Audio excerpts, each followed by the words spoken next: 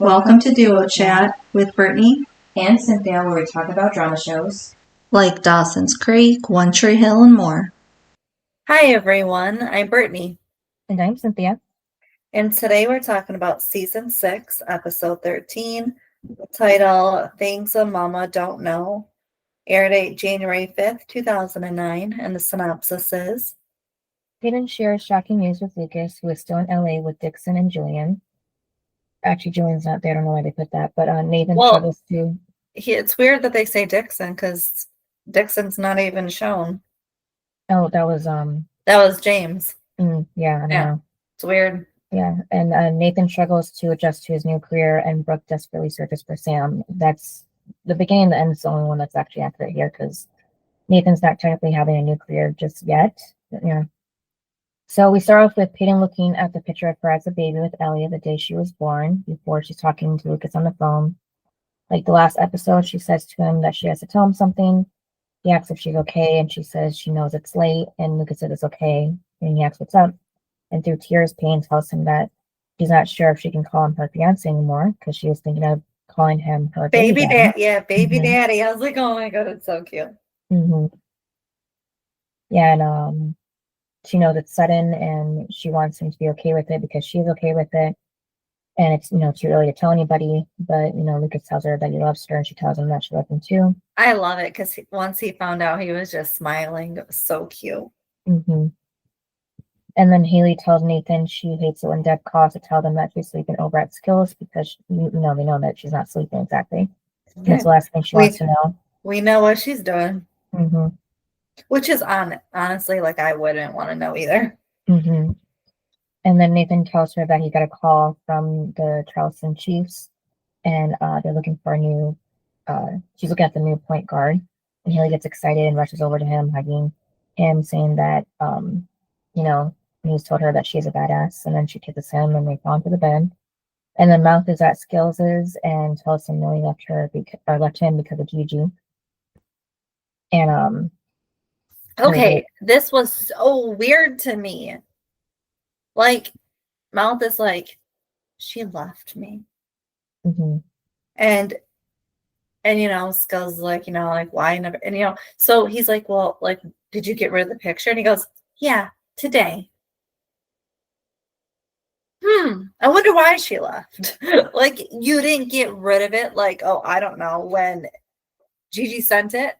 I'm like, are you, like, I don't, it's crazy to me that you would even, like, blame her for leaving you when, look what you did. I mean, you kept the picture until she left you. Like, you can't get mad at her for that. So it actually annoyed me because, like, Mouth was not taking accountability for it. Like, it wasn't like, I know she left me because, I just deleted that picture today. Like, that would have been taking accountability, not she left me. And then having to have somebody ask why, and then I deleted it today. Like, no. Didn't like it. Yeah. Did you like his actions? And don't you think that Millie should have ended it if that's what, was bothering her? Yeah, wasn't he my worst last time? Yeah, he was the worst. So yeah, I didn't like what he was doing. Yeah, I mean, he wouldn't stop. You could already tell she didn't like them and how close they were, but then it's like she saw the late nights, she saw Gigi in her bed, like all of this that you would think, oh, blow over, it didn't, because, like, it came home, like, that's different. And so I feel like she had every right to say bye. Like, I don't blame her for that. Right. And now still Mouth isn't sure if he actually liked the attention from Gigi or not, and maybe he deserves to lose Millie. So he's still not completely believing that he did the wrong thing. Right. Like, where's accountability? It just drives me nuts because, like, again, maybe, like, what? Maybe you don't deserve her because she is great. Oh, he bothered me. Right. And then Skills, for some reason, tells Mouth that Millie will come back. Ha! Mm-hmm. Oh, Skills. Is that what Deb's telling him? Maybe. Yeah. I don't know. Well, I'm saying, because like she's older than he is, and they're together. I thought she was at Skills. Yeah. Because aren't they at the apartment right now? Oh, Yeah. no. Where are they? I don't even know. Yeah, they're on the couch. In Mouth's So, apartment? well, didn't Mouth come back to live with Skills? Yeah. Well, I thought that was just his apartment. Like, Skills moved out. Wait. When did Skills move out? Yeah, because, I don't know. No, They Skills never moved out. They still live together. Well, they don't show them very often, so I keep forgetting they live together. So, and like, we don't see Deb here, so. Well, that's what's weird. Like, Mm-hmm. Haley said she was spending the night at Skills. Mm-hmm. Where is she? Yeah, and since she said Skills, like, she didn't say Skills and Mouth's apartment, so that's why in my head I'm thinking it's two different locations that they're at, so. Yeah, it just threw me off because I'm like, Haley said she's there. Mm-hmm. And he would be there. Because, like, they're waking Jamie up, so it's morning. So, like, Deb would still be there. And it's not like she has to sneak out because Nathan knows, Haley knows, like, you know, the people who matter, as in the kids, they know that Skills and Deb are together. So it's not like she has to sneak out the door, like, and come back. You know, there's no sneaking around because Nathan knows. Mm-hmm. So, you know, like, what do you got to sneak around for? Yeah. And Nathan and Haley are clearly both home in the mornings. But then where was Skills when Gigi slept over?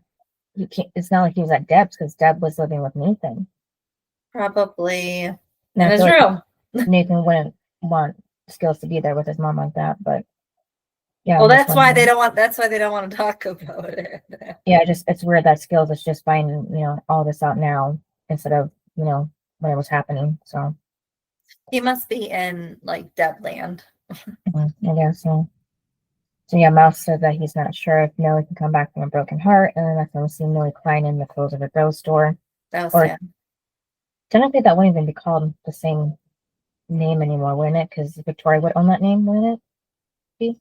Yeah, but I feel like it's always Clothes Over Bros. Yeah, I'm just thinking that Brooke never changed the name, so I guess she maybe bought the rights initially when she started the company, maybe, but I don't know. Or maybe Victoria, she feels Victoria will never come back to Tree Hill, so what does it matter, sort of thing. Yeah. And then, on the street, Brooke finds a police officer and tells him about her daughter, well, not her daughter, her foster daughter. This was so hard because, like, she's like, she usually comes home in the morning. And he's like, oh, she's done this before. And it was sad, though, because, like, she was going on about that. And then he, like, cuts her off. It's like, oh, so she does this. Like, she doesn't come home. And it's like, that's okay. Sometimes when you go talk to the police, I feel like some things should be left out. Like if your kids don't come home, like it just. But I know she wasn't thinking. She just saw a police officer and said, "Help!" I mean, and I don't like it when it's always, oh, see me in 24 hours or 48 hours. Like, I hate that because, like, danger could be happening. Like, I don't like it. And, like, wouldn't you, like, if you were a police officer, wouldn't you rather find a child okay with, like, their friends or something than something actually happening to them? Right, yeah. Like, I would much rather find the child, return them home safely, and instead of, like, finding a dead body, like, because then, okay, I don't know, because maybe police officers are different, but I feel like for me, I am, like, more sentimental. So, like, if that happened, it would be like, oh my God, how can I sleep at night knowing I waited 24 hours before I went to find this kid who something happened to. I mean, I wouldn't be able to sleep at night. So like police officers that disregard warning signs, I don't understand how they can sleep at night. I mean, I really don't. Like, like the bad ones, like, the one we're going to see in season 9. It's like, I don't get this at all. Like, how can you sleep at night? I mean, even the one, like when Jamie was missing and the cop was just harassing Nathan of how much have you had to drink? It's like, who cares about how much he's had to drink? His kid's missing. You can see like Haley, she's not drinking, but like she's emotional and like, her kid is missing. I'm like, ignore Nathan.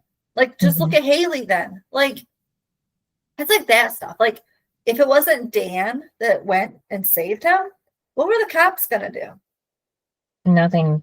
Carrie probably would have, took off with Jamie out of town and never be found. Do you know what I also feel like? I feel like normally in cases, I feel like parents usually go further than the police. Like there's always like a time frame, and the police are usually like, well, can't do anything.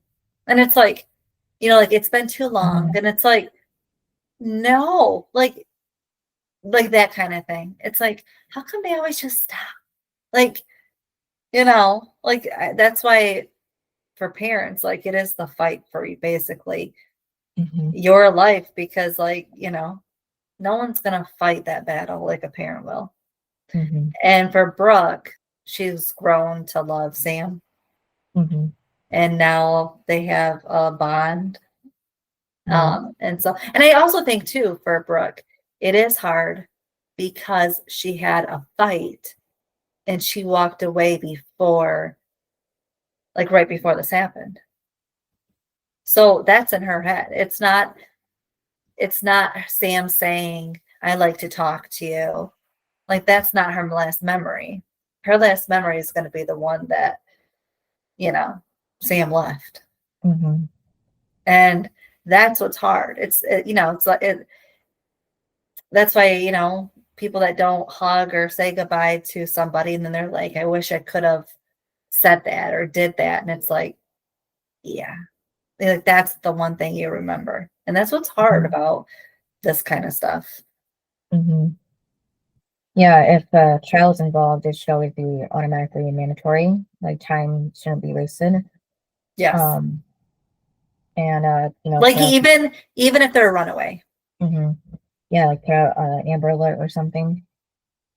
Well, especially, I mean, I don't think it was really in the news because I never heard about it until the documentary. That one documentary that the girl was from Michigan. And she was adopted. And then her adopted dad killed her. And, cut her up and all that kind of. And it was her birth mom that actually investigated and tried to get police involved. I mean, it was her fight, And obviously, the girl died, but they said, well, she's a runaway. Like, this is what she does. She just ran away. She didn't want to come home. She packed a bag and ran away. And it's like, but again, the police weren't like, I don't know. They just listened to the fact that she, and then, once they hear that, it's, well, we'll just wait till she comes home. And it's like, what do you mean we'll wait till she comes home? You hear that, like they hear those words, like runaway or whatever. And they're like, there should be no, like go and find the child. Like, you know what I mean? Like, because if they would have done that with her, they would have found who did the killing. Because for the longest time, for years, they thought she just ran away. Right. And instead, she was gone. She was dead for all that time. Like, it should have been solved then, not solved years later, decades later. And the same thing for Sam. Like, yeah, she may run away, but like, go and find her before that happens. Like, right. It just drives me crazy because I don't care if they're runaways or not. I don't care if they're 17. Find them. Right.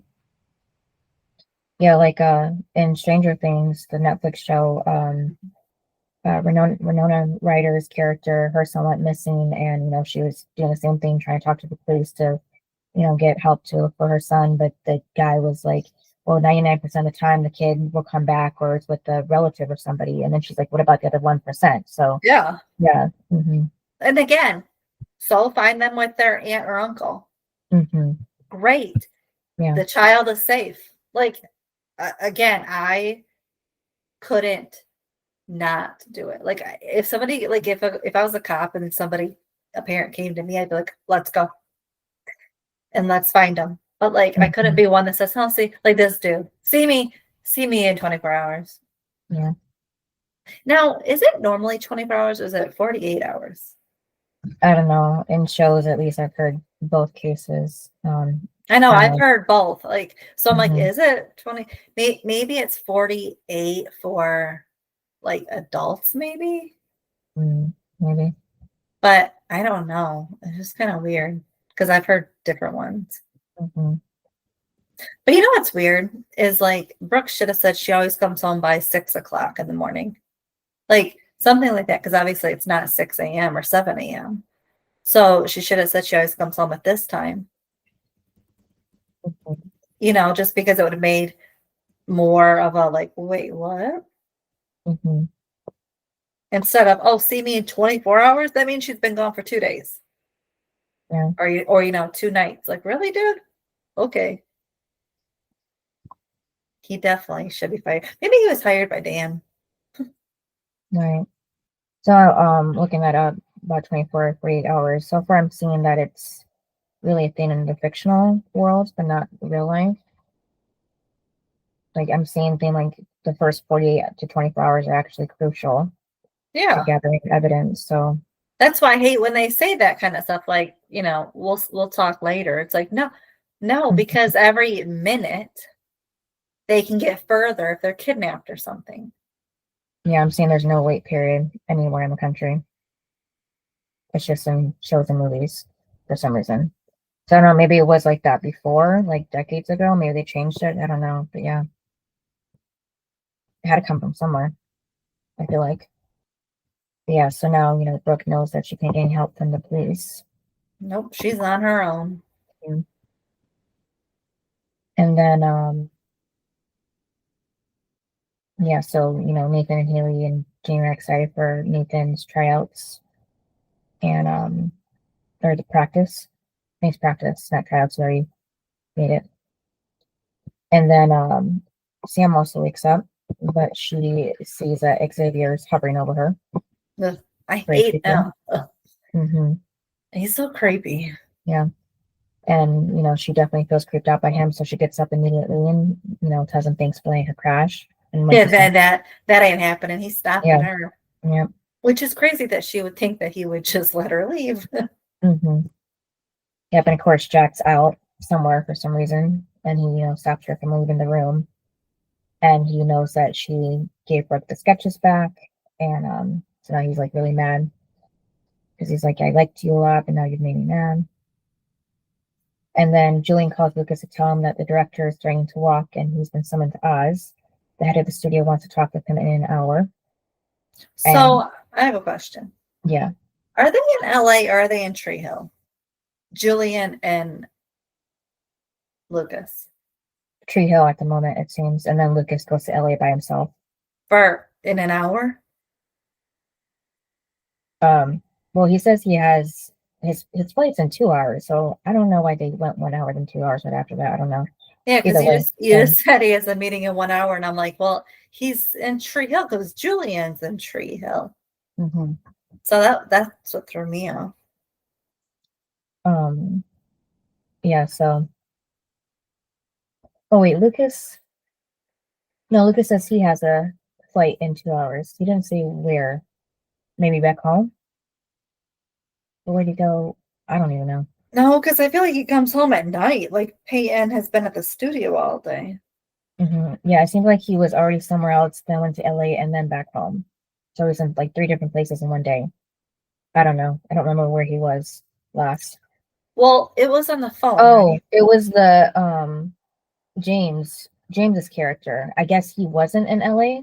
Maybe he was in New York, I think, or somewhere. And now he's going to see Julian's dad in LA. So yeah, he was in 3 different places. So he was coming back from seeing James's character. Yeah, because remember they talk about the A-list or director. Right. Yeah. So yeah, that's what happened. Yeah. So he was going to go home in 2 hours, and now he has to be in LA in an hour. So. And then Julian is in Treehouse because they're on the phone. Yeah. Okay. And then doesn't tell him that he's going to meet his dad either.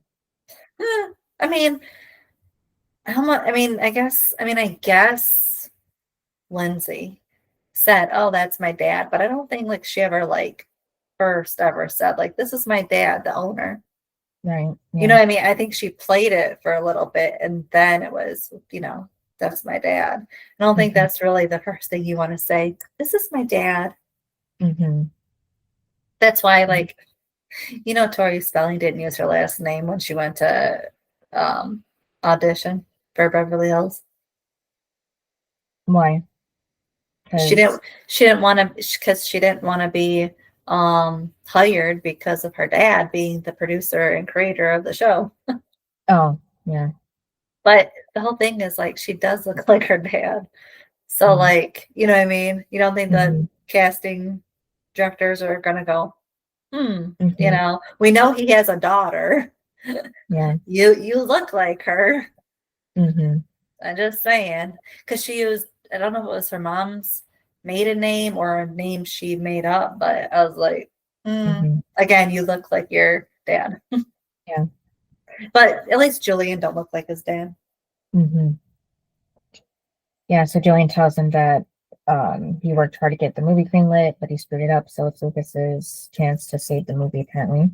So this is basically how we kind of understand why the movie is really being made in the first place, because Julian's dad is like high up there. Director. No, Julian's dad is like, he's a producer, but he's like high up there.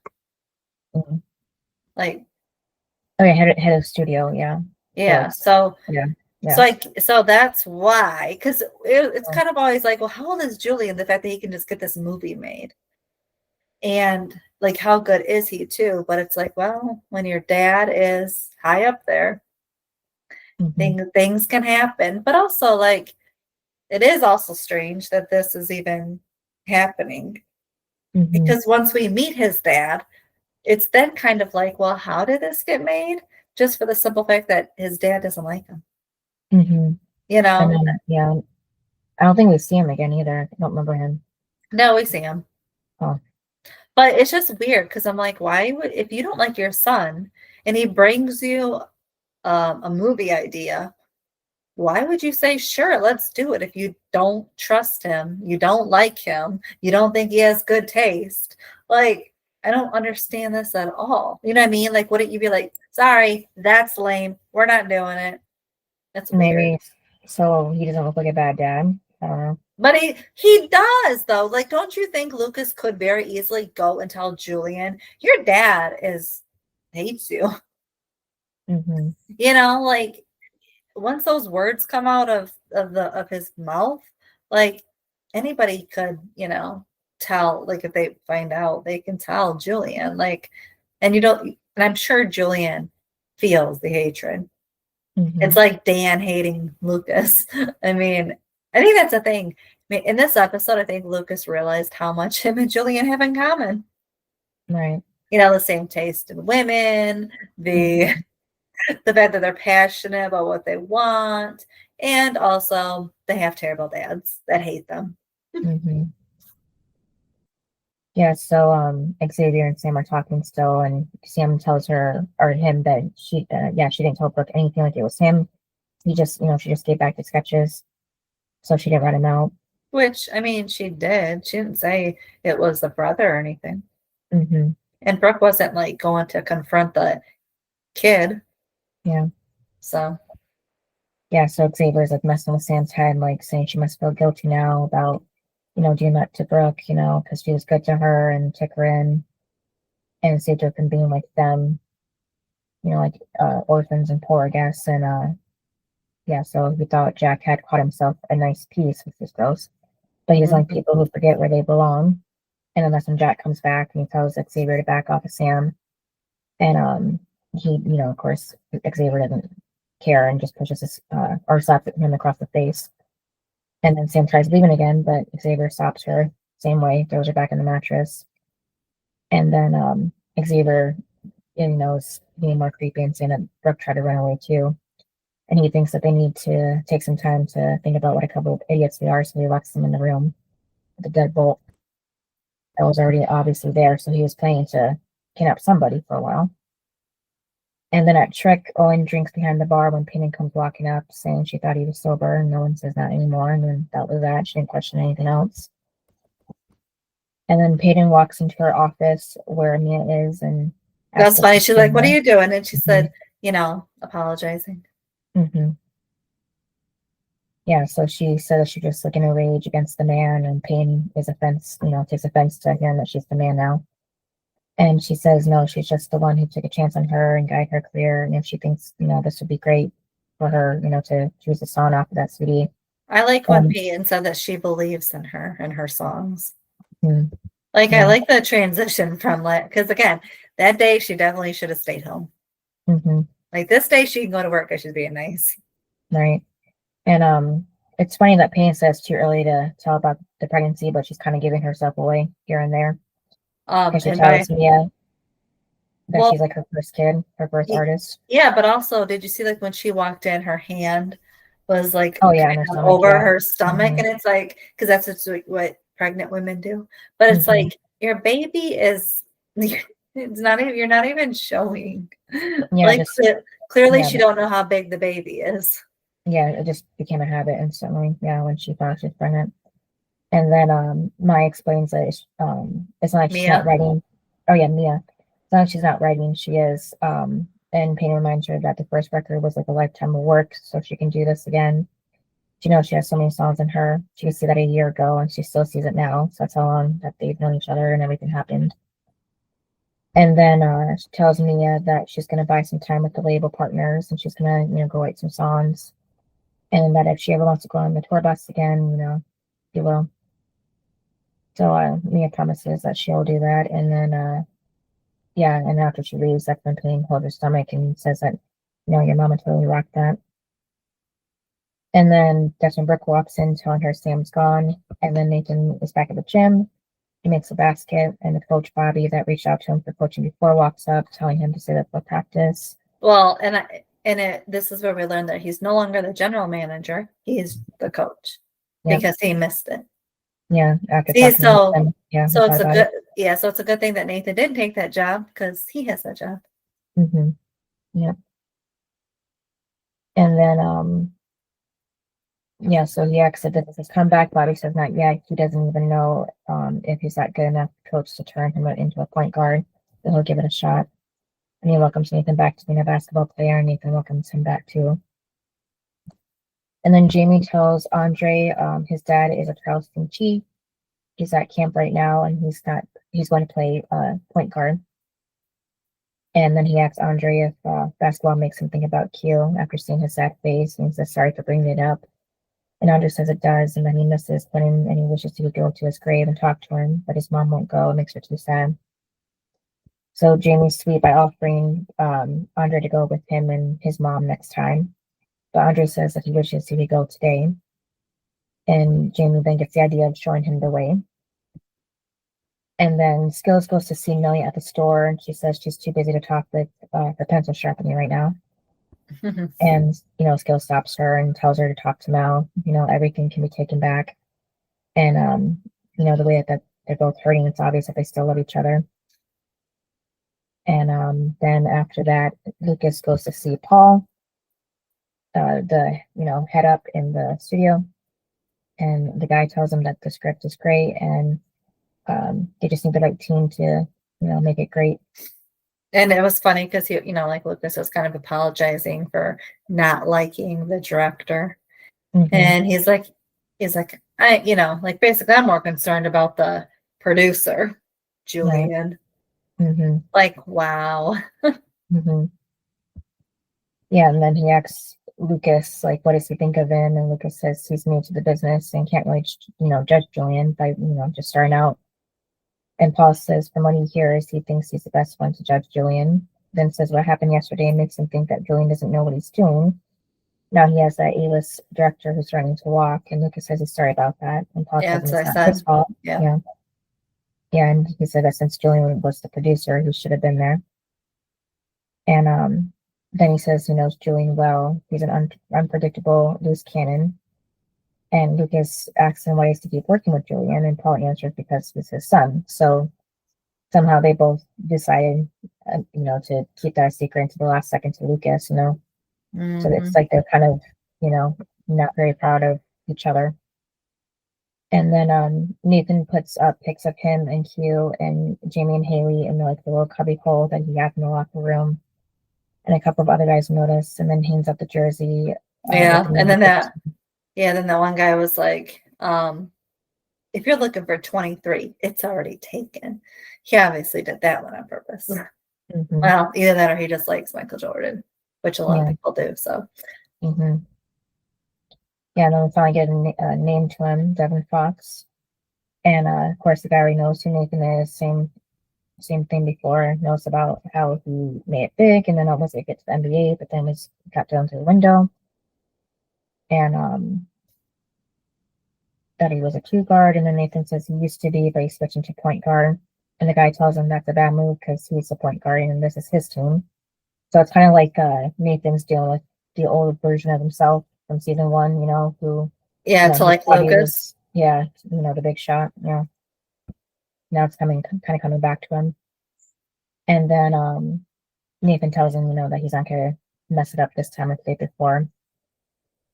And then Devin keeps talking crap and says that he sure hopes his son grows up smarter than he was when he was 15.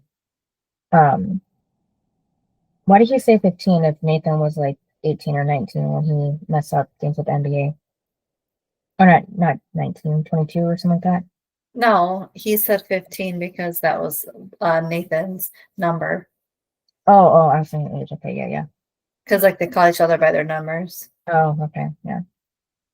And then back to Paul and Lucas. Paul tells Lucas he guesses his son didn't tell him about their connection. I mean, he didn't either, so I don't know why. But why would he? First of all, they have a business relationship, Lucas and Julian. They don't really know each other. Secondly, Julian finally got Lucas to do the movie. So, he's not going to be like, oh, yeah, by the way, my dad is, head of the studio, whatever. No, nobody in their right mind would say that. It's just not something you're going to promote. It's something like Brooke. She would call her mom Victoria. It's it's a business relationship. So you're not going to be like, hey, Dad. And this is my dad. I think it's smart to not tell them. Yeah. Yeah, show that they're unbiased. Yeah. Yeah. And then Paul mentions that Julian changed his last name a few years ago to his mom's maiden name because he wanted to make his own path. And then that's when he moved to LA and got a PA job and fell in love with the whole industry. And then he asks, how is Peyton? So already throwing that at him. Well, and the fact that he knows her. It's not like Julian just was like, oh, this is, I have a girlfriend, but, doesn't bring her around. Right. Yeah, Lucas says that they're good.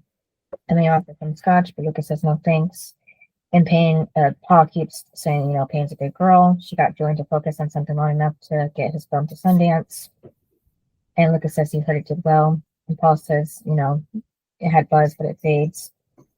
And Lucas thinks, Paul is a tough audience, and Paul says, that's why he's successful. And his son is a lot of talk, and he says he wants to make it on his own, but he still went to him when he needed the money to make this movie.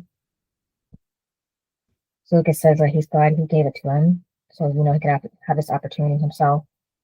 And Paul says Julian never had a problem finding a good thing, it's just his follow through that's lacking.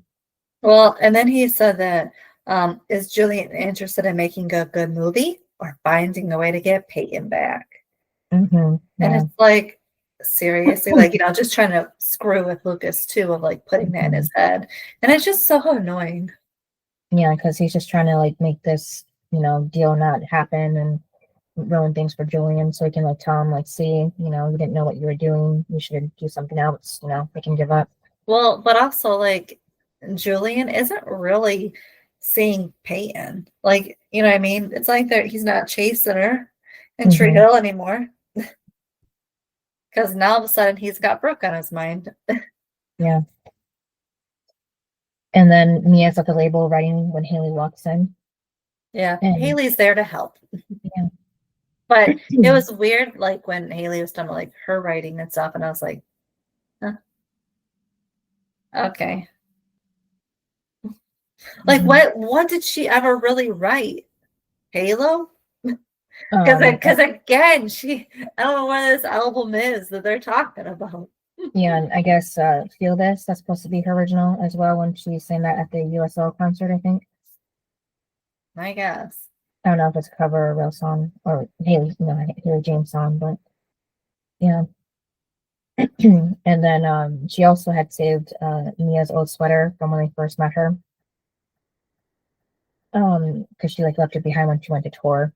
So I don't like was she like packing at the studio though? Like how did Haley get that? Like grab it without Mia knowing? Probably because wasn't it like Peyton that was like, you gotta go like tomorrow.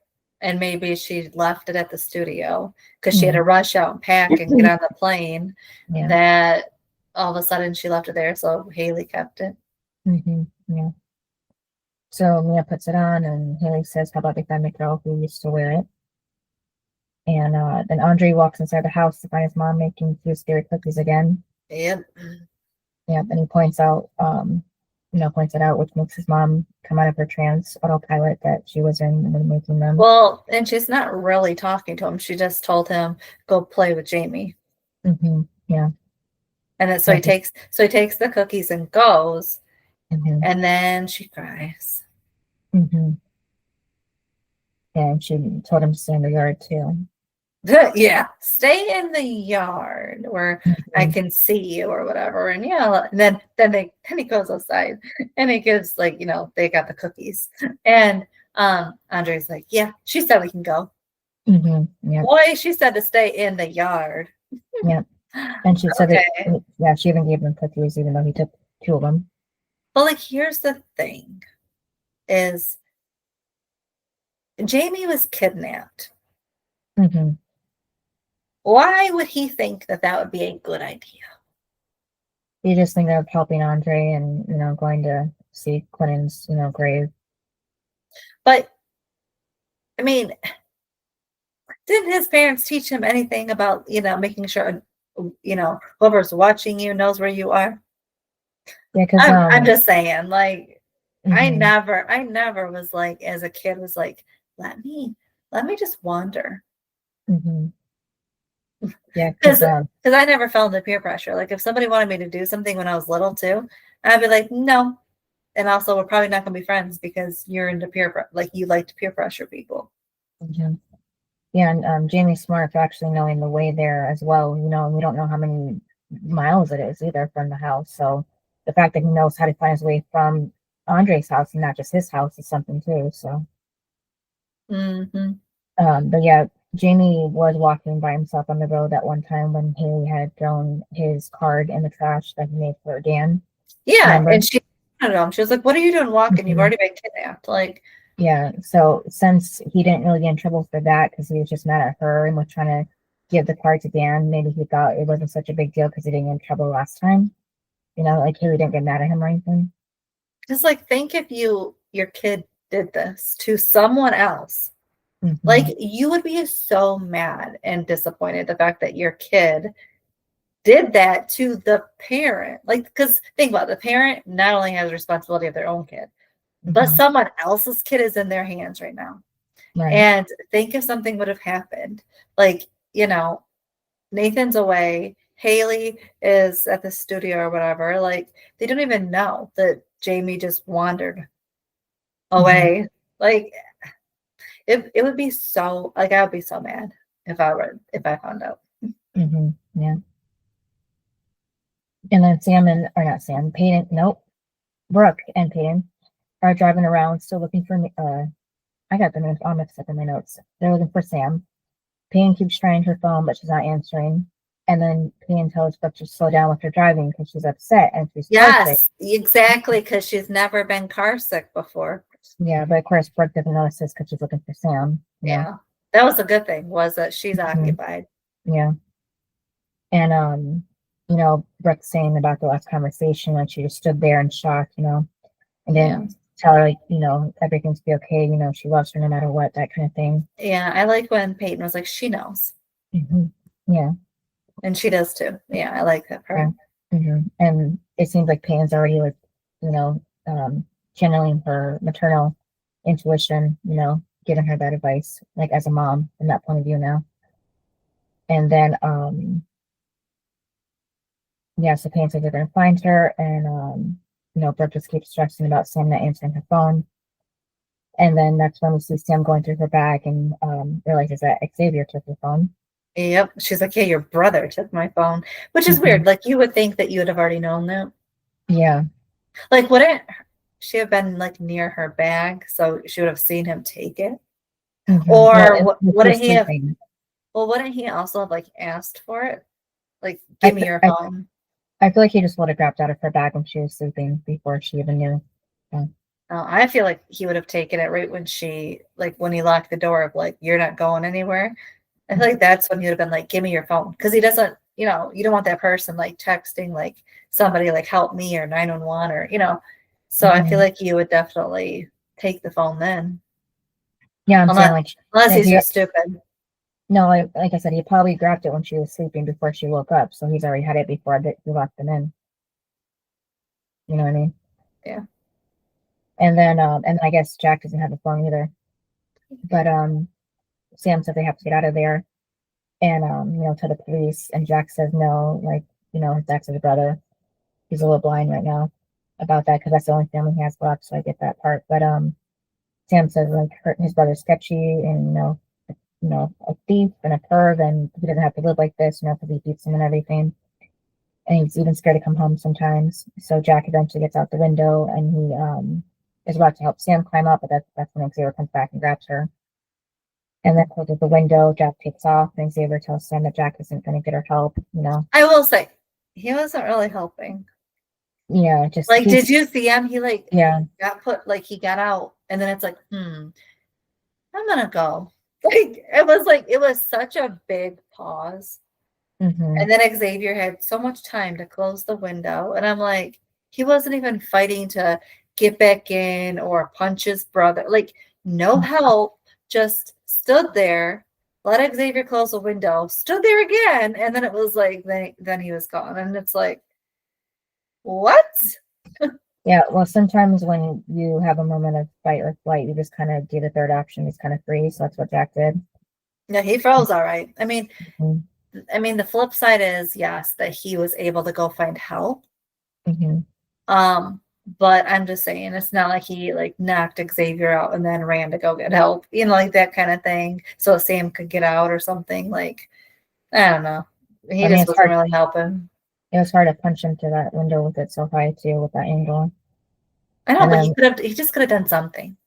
I know, but he's a kid and he didn't want to call the police on his brother. So like I said, he doesn't. I'm saying, like, go find help. Like, he went and found Julian. Like, go find somebody. Like, go find Brooke. Like, somebody. No, I know. I'm just saying, like, he's not going to punch his brother because he didn't want to call the cops on him. So he just doesn't want to hurt his brother either way. So, but yeah, his brother has been beating him and stuff. You don't want to throw a rock at him.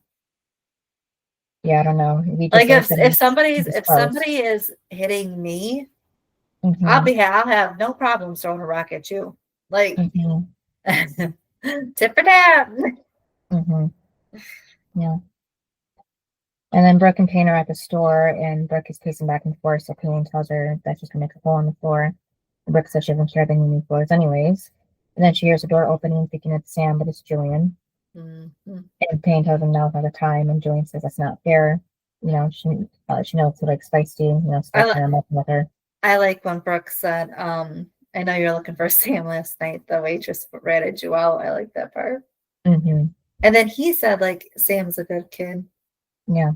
I was like, It's nice because, now they're starting to see that he cares for Sam. Because, Owen didn't really. Right.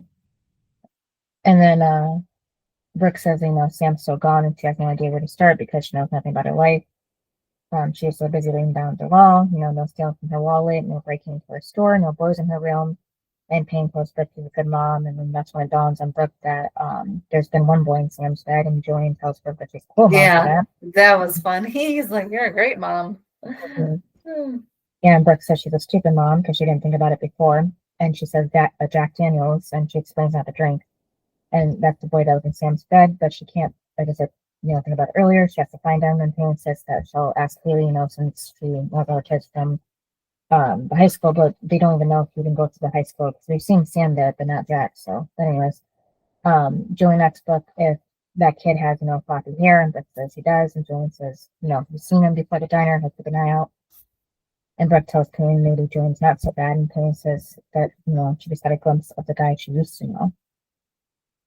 So I wonder when, he became the guy she didn't know, but probably when he started getting jealous about Lucas.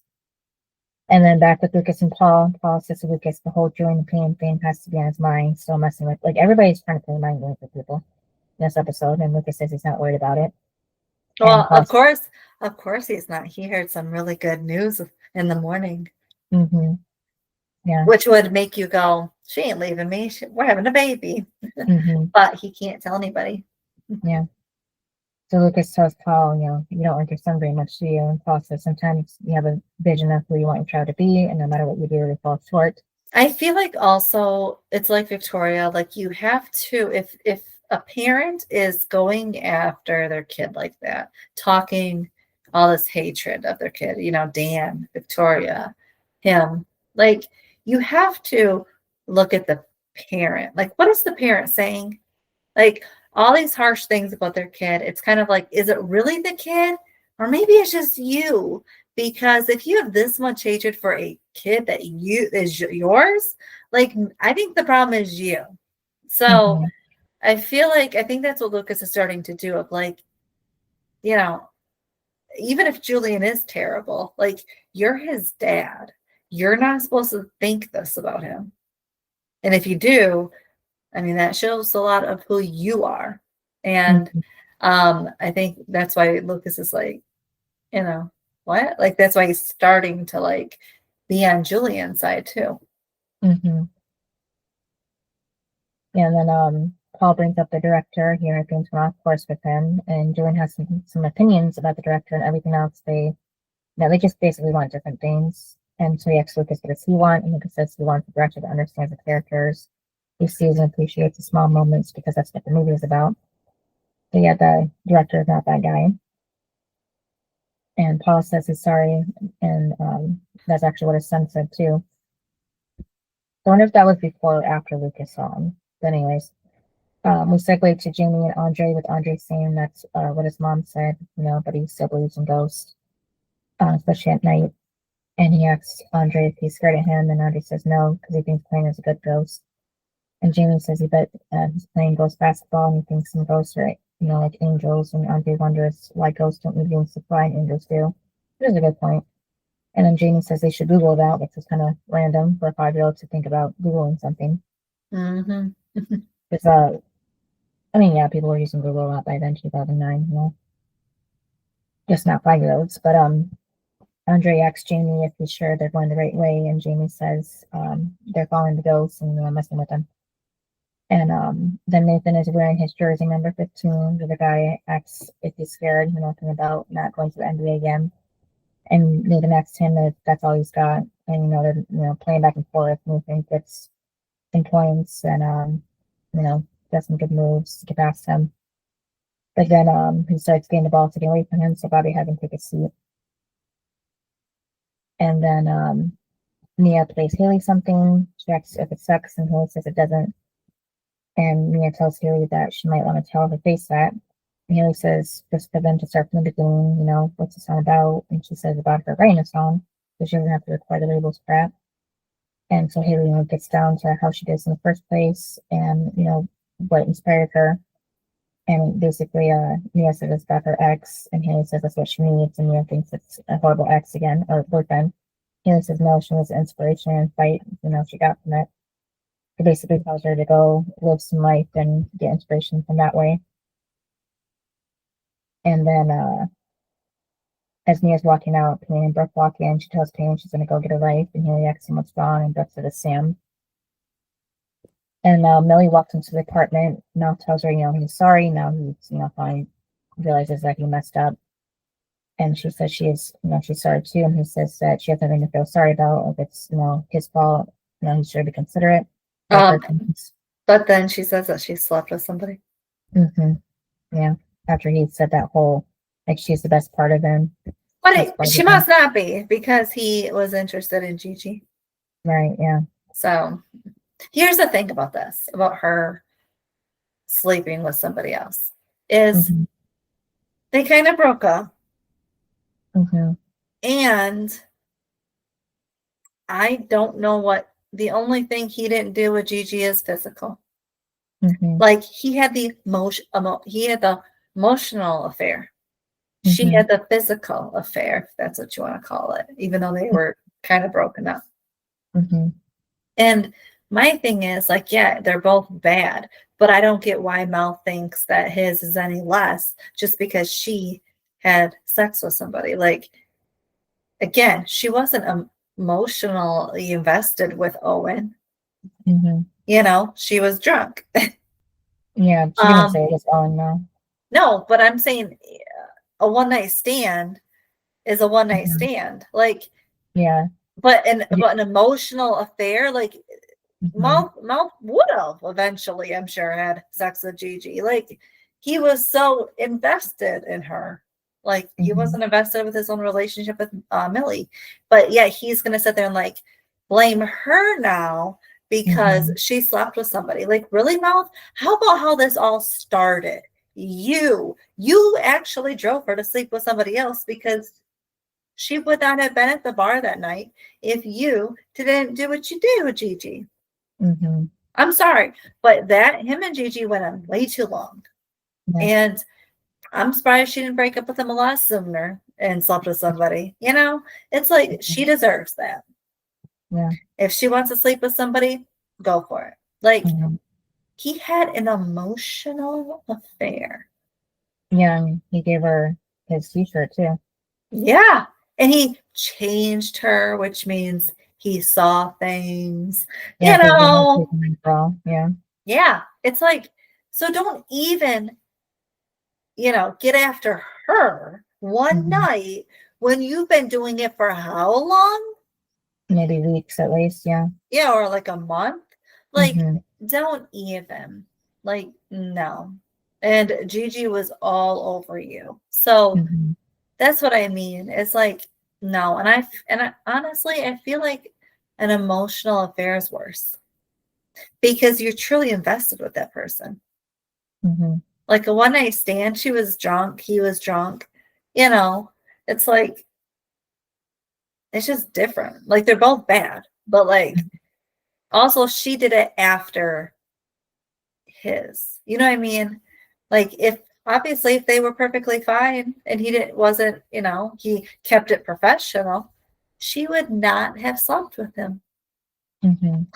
So I didn't like that. And also the fact that he knows what it feels like to hurt somebody, and then for her to come and say she's sorry, it should have been him and all this. And he's just like, no, like, I can't be with you. And it's like, what? Like, how it feels. And yet you're going to do it. Also, don't you think it's a little odd? Do you remember when him and Gigi were together? And do you remember when she said, I'm going to break up with you today. How do you want to be broken up with? And he didn't like that. You mean to tell me that you're going to go after the person that did that to you? Like, that's my thing too. It's like, it's not even just a random girl that is the intern. It's Gigi who broke up with you when you didn't, that whole thing. I'm like, do you not remember that? Yeah, I don't know. Maybe besides for like the attention, maybe he had like the what if kind of thing, like, because she was the only girlfriend of his in high school that he didn't sleep with. Because there's Erica and what was her name? Elizabeth. Yeah, Shelly. Yeah. So yeah, them. But then she came along and they just completely, I mean, she was younger too, but still, like, that was the only person he didn't sleep with. So maybe that's why he liked the attention, because maybe he was, thinking about that. What if, Well, I'm sure he was when she had her shirt off. Yeah. I'm sure he did. I'm just saying, I think it's wrong that he is blaming her in this situation. When he did it. I didn't like it. Yeah. And then he just left. Yeah. I didn't like it at all. Yeah, me neither. And then Haley ends up finding Jack's last address, so I guess he did go to the school. I don't know. But so Brooke, for sure knows that's where Sam is, and Peyton's to go with her, but then Brooke says she needs to go by herself, which I'm kind of glad Peyton didn't go, just because she's pregnant, so that would have put, her baby in danger as well. Yeah, but also the fact that she's going to be alone. Yeah, so it's a pro and con there. But again, Brooke went to go find Peyton when she knew something was wrong with it. Remember Derek? And she went alone. So yeah, I mean, the step up in that from that is that she told somebody where she's going. Yeah, that's that's the only difference from when she was in high school. So she learned one thing. Yeah. I was happy that she brought the gun though.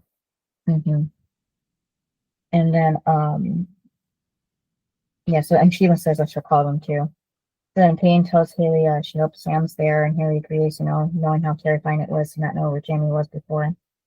Sometimes she thinks about locking him up and homeschooling him, and Payne says that's her plan.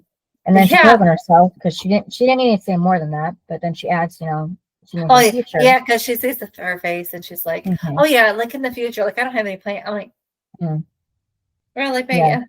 Yeah, and then of course Haley instantly knows what this means, that she is pregnant now.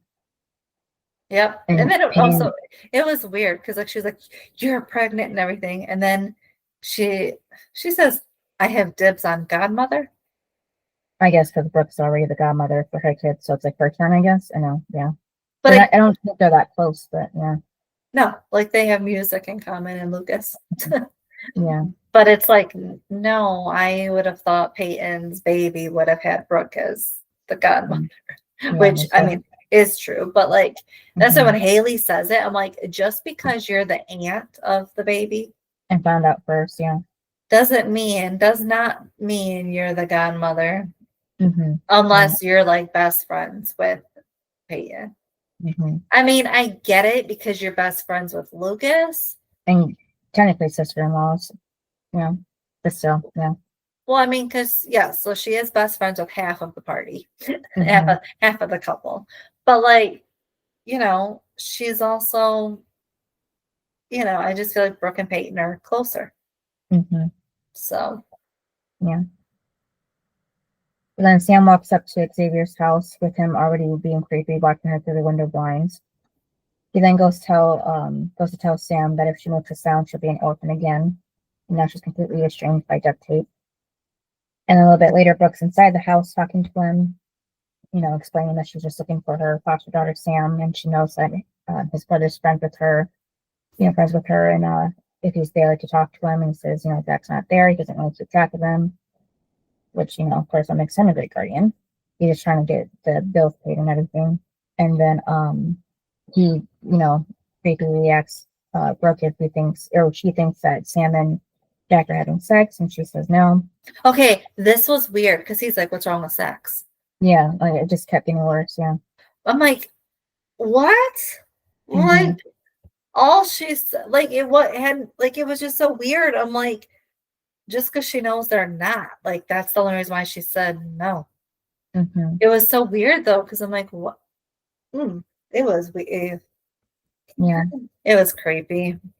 Yeah, so with Jack being gone, says they're alone, and it's better when he's gone. So one less mouth, to feed. And then speaking of mouths, hers is nice, so it's like getting worse the more he pops. Yep. And then Bobby and Nathan are talking, and Bobby tells Nathan to work in the court today, and Nathan says not really.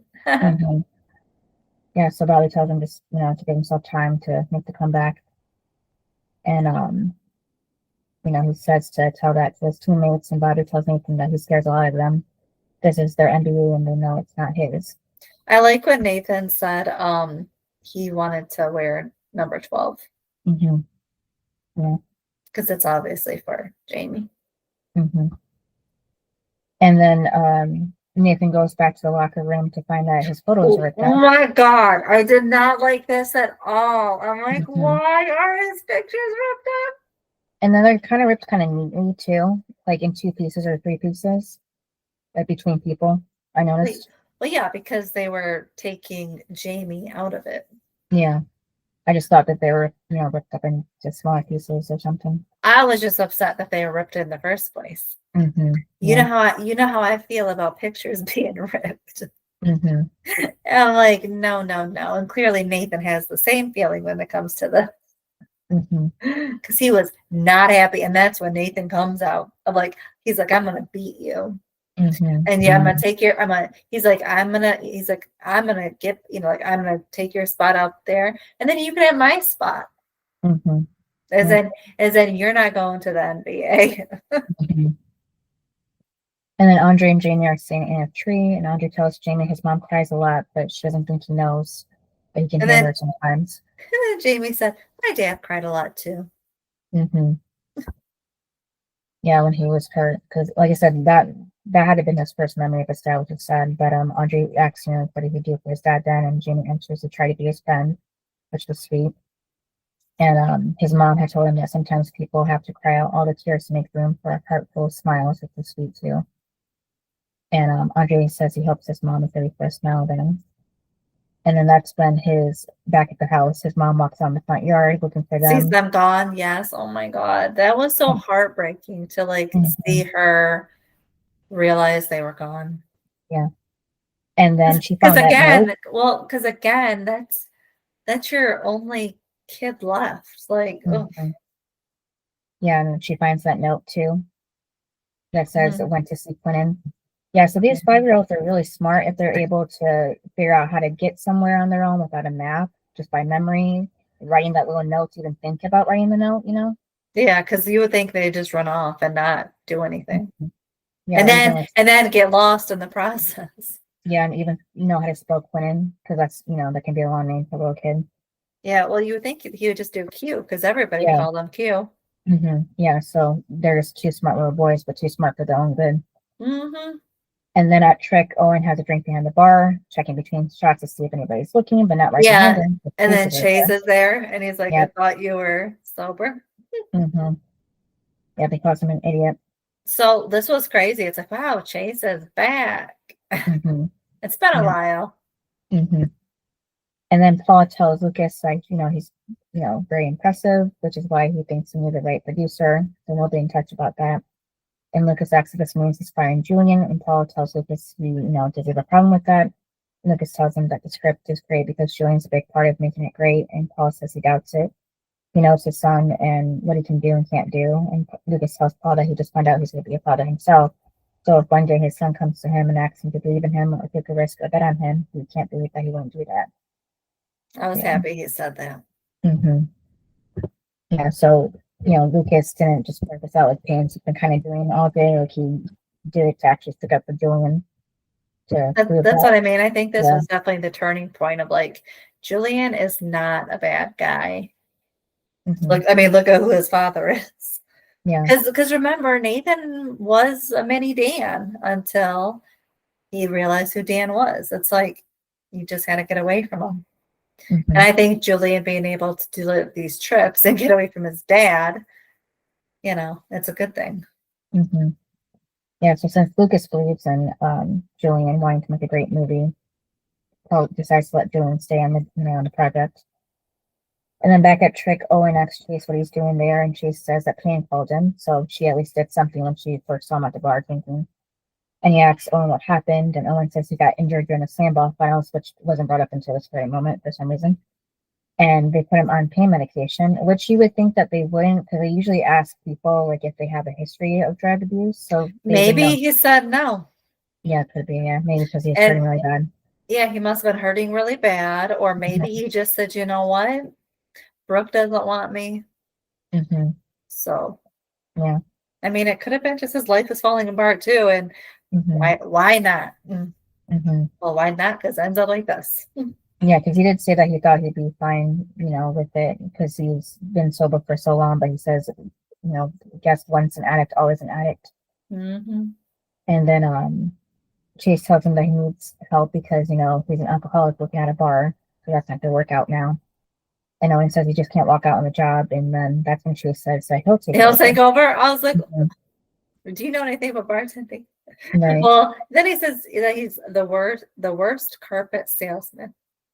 So like you might as well work there. It's like, but do you know anything about bartending? I mean, what? Right. Doesn't he actually struggle for a while too until he finally gets better, I think? I think so. Yeah. So Owen asks if he would really do that for him, and he says no, he'd do that for the other version of him. So he tells him don't.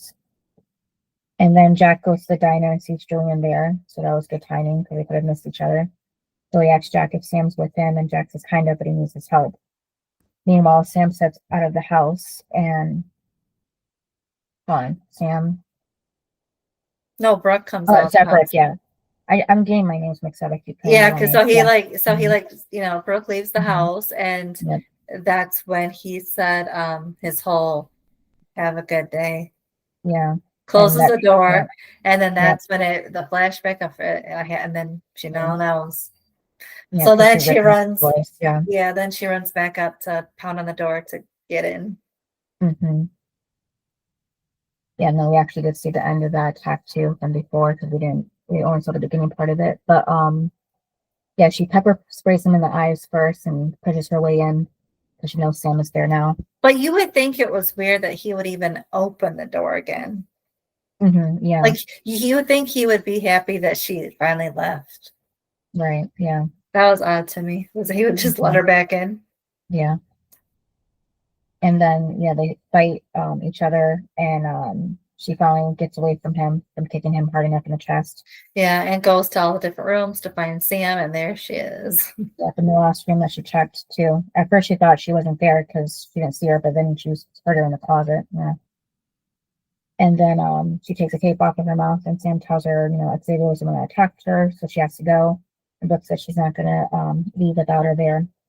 And they kind of fight, but she, Stone tells her that she's not leaving without her. And that's when Xavier gets back into the room, grabbing Brooke, and they fight. And Sam's screaming to, leave Brooke alone, and Xavier's just being horrible. And so I like then Brooke pulls out the gun, and and then Sam's trying to stop her because then like Julian walks in and stuff.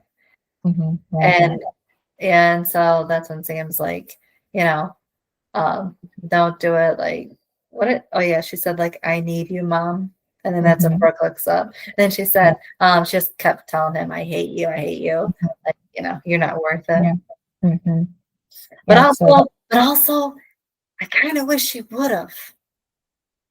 Just because of what he did to her and what he's going to do to her in the future. Like,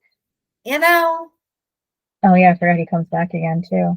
Yeah, and attacks her. It's like, again, I just wish she just would have done it here. Yeah, and she has a valid reason. Yeah, I was gonna say I was thinking because it was self-defense here. Yeah. Yes, it was. He threw her off. I'm sure she has bruises. I mean, come on. So, and when like Sam was a witness, Julian could be a witness. Like, so don't tell me that she couldn't just do it. I'm like, let her. Yeah.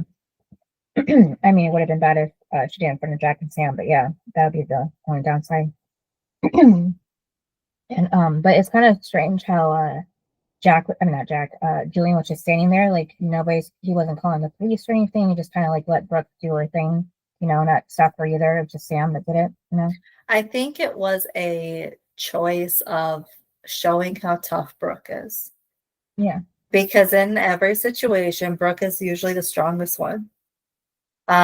She's the one that doesn't need anybody to help her, and she finds a way on her own. And because everyone else gets saved, Nathan saves Haley, Peyton or Lucas saves Peyton. No one ever saves Brooke, and so she learns to save herself. And I think that's how she gets so strong.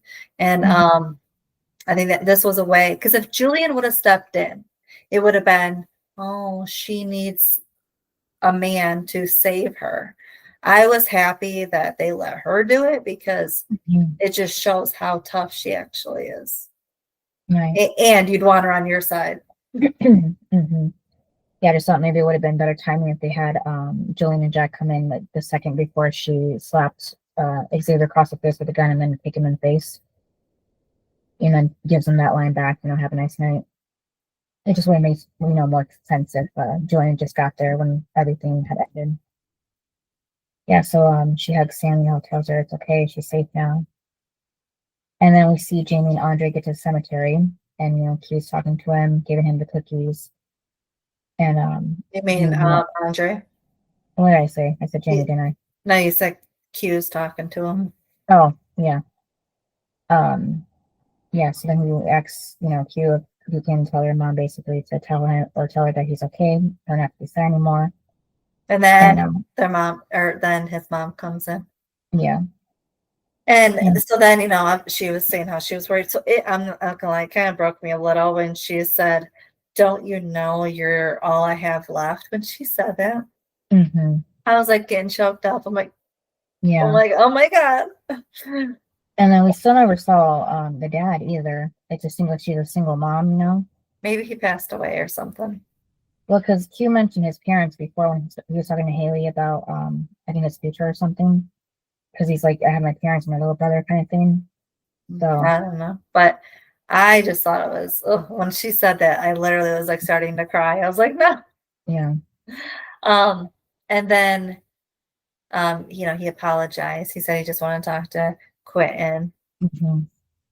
And he didn't want her to be sad anymore. Oh, so sweet. Oh, and the fact that he's like 5 and he cares so much about his mom. Like, it's just so sweet. Oh my gosh. I just love him. Yeah, so it makes sense how Q got so close to Jamie because he was just all out like his brother. And yeah, so, his mom, Andre's mom realizes that she's been, too caught up in her grief and wasn't, paying attention to him, And Andre and Jamie have that like little sad moment between each other because they're like looking at each other, And then Mia's still messing around on her guitar when Chase walks in, asking if Peyton's around because he needs help knowing how to make a drink. So Mia actually does know how to do this, so she does help him. But back at the apartment, Millie has packed her things, about to leave. Martha's looking at a pickup in on his phone, tells him she's sorry, and he says, he was too, and she walks out, and that was that. Yeah. Meanwhile, Mia and Chase are at the bar, but Mia shows him how to make that drink, and Chase tells her that, she should probably have the job. And she's like, I'm only 18. Yeah. But like, that's the thing is like, how like they date. Again, she's like 18 and he's 20 something. Yeah. Yeah, 22 at least, yeah. No, they gotta be like, remember, Jamie's 5. They gotta be like 23. And if he's turning like 6, they gotta be like 24. Because think about it, season 7, he turned 7. So they'd be 25 in season 7. I don't remember the age that Jamie turns. I remember because it seemed like every season he turned that age. Yeah, because I don't know, because the first 4 seasons were like, 2 years into 4 seasons, like 2 seasons for a year. So it seemed like that they were trying to plan out this way too for their adult years, but they didn't really make it up, make it line up that well. But back at Xavier's house, the cops are there now, and Julian's still there too, making sure Jack's okay, giving him a glass of water, and then he tells the girls he'll take them home. But then that's when one of the cops shows a detective that he found a wallet with an ID for Clinton Fields. Oh my God, that was crazy. And then of course they're like, yep, he killed him. Yep. So, Brooke sees it right when they're about to leave too. So and then she leans on Julian. She puts her head in his chest. Oh my God. Yeah. Yeah, because she got overwhelmed, seeing that Xavier was the one that killed, the boy that her friends cared about. Yeah. But I feel like it's definitely the first episode that like somebody could be there for Brooke. Yep. Like out of all the men she's dated, there is one that could possibly be there for her. Yeah, I mean, Owen was there when, she was dealing with Rachel, but besides that, yeah, I was always on her own. Still on her own. Yeah, I mean, but that was it. It wasn't Yeah. like, yeah. Mhm. But yes, I definitely would say like Julian this definitely showed that they could be together. Right. And then Nathan is in his motel room when he gets, clocking Jamie and Haley, asking how things went with him. Well, at first you could see like he's sad because he's there alone. Mhm. And it's not like he made any friends to like go hang out with. Right, yeah. And did you see that he smiled when his phone rang? Mhm. Yeah. Because that's his happy place. Mhm. Yeah, he even tells Jamie that he must hear about his day first before telling him how things went with him. And that's when Haley's like, "Yeah, Jamie, how did your day go?" Knowing he got in trouble with Andre. So, but Nathan doesn't want to talk about it, so he says, "You first, Dad," because he doesn't want to get in trouble with him too. He asks if it's a dream come true, and Nathan says it is. And then Lucas finally gets home. Oh my God, this was so cute. Mm-hmm. Because he asked her how is she and everything, and she said, "We're good." And Mm-hmm. then he was like, "Yes, we are."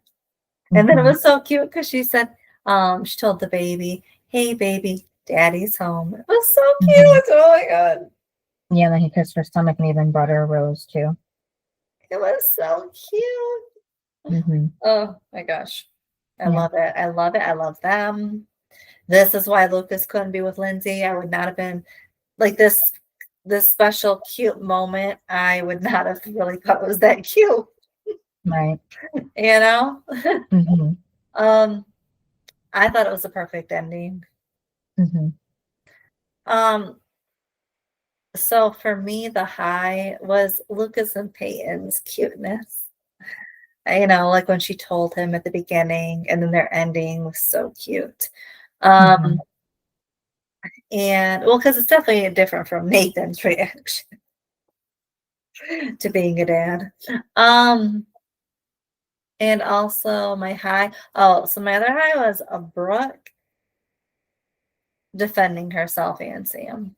Mm-hmm. Like she got to finally defend herself. Right. I loved it. Mm-hmm. And then the low, Jamie and Andre thinking that they should leave the yard. Mm-hmm.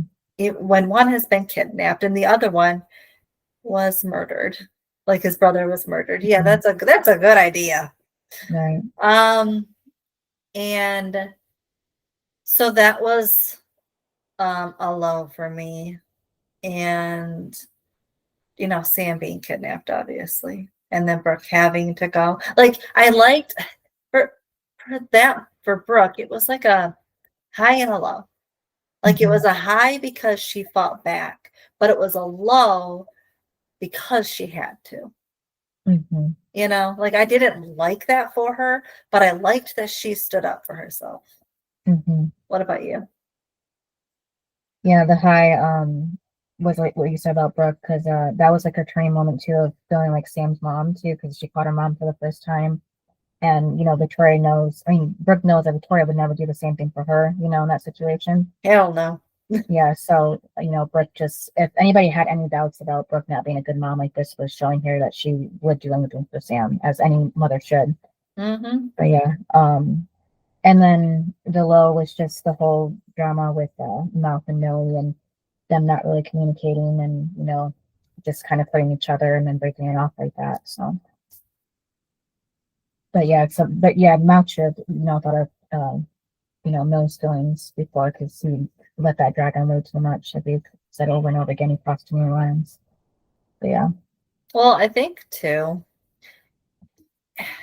because she was a virgin,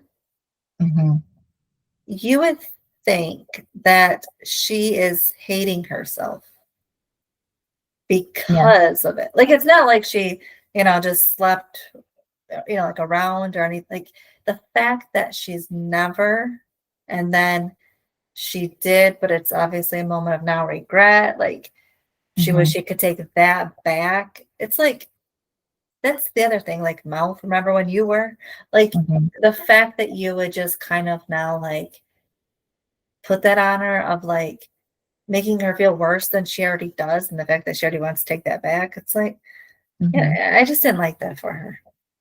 Yeah, she showed remorse right away. Well, he didn't. He kept like saying it's like nothing happened, acting like he didn't do anything wrong. She's over there saying I'm sorry, and he's all, I didn't do anything. Yeah. Oh my God, I can't with that one. Yeah, so that's the difference between them. Yeah. What would you rate it? Like a 9.5. I was gonna say 9. I liked it. Yeah, we finally tied up at least Clayton's storyline here. Now that we found out who killed him, and the person was actually caught too, because that didn't happen a lot either in real life. And then for me, the best was Brooke, because she is the true definition of a badass.